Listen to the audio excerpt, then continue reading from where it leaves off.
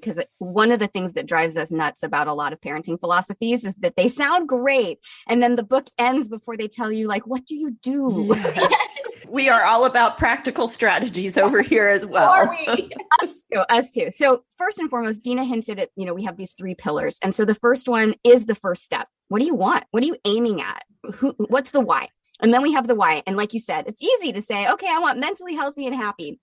The next step from our perspective is to come up with a set of family values. So this is our second pillar. This is unique to every family. There's not a right or wrong list. Everybody's is different. But it is the foundation for how you're going to parent.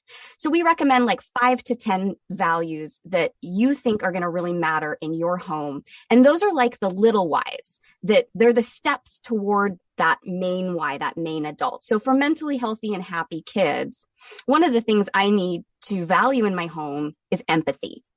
If I can empathy, I'm helping them have compassion for other people and understand, and that's going to help them figure out their own emotions, blah, blah, blah.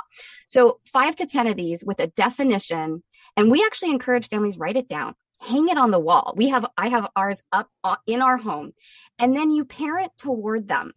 So the thing that will happen is something will happen.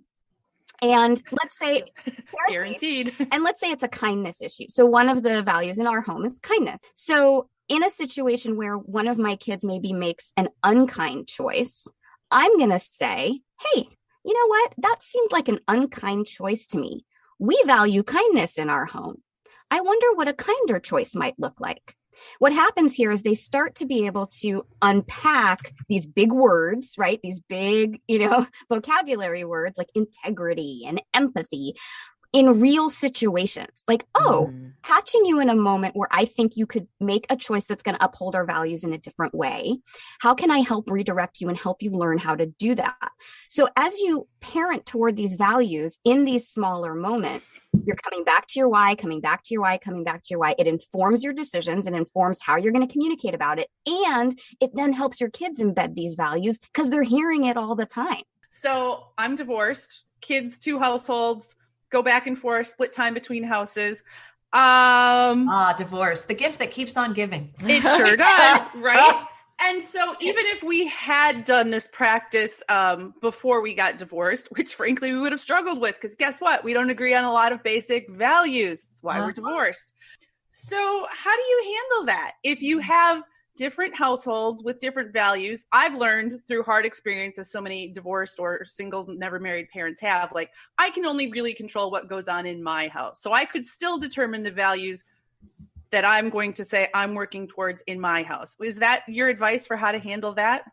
It is 100%. We did an episode on blended families way back, and I talked about this, that if you're a future focused parent and maybe your ex-partner is not, the best thing you can do is be consistent and really make sure your household environment looks different, because it does make kids kind of sit up and be curious about, wow, this is a home where I know what to expect. That actually provides security and comfort to children when they know what to expect day in and day out. I can trust mom to intervene if I'm being a stinker, they actually like that. They wouldn't say that, when they're 7, but certainly not.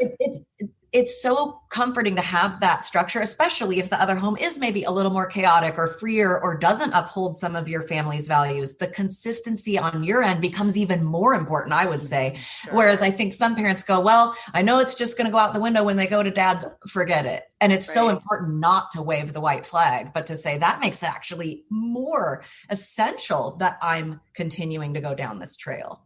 Okay, here's my other question. And this is precisely because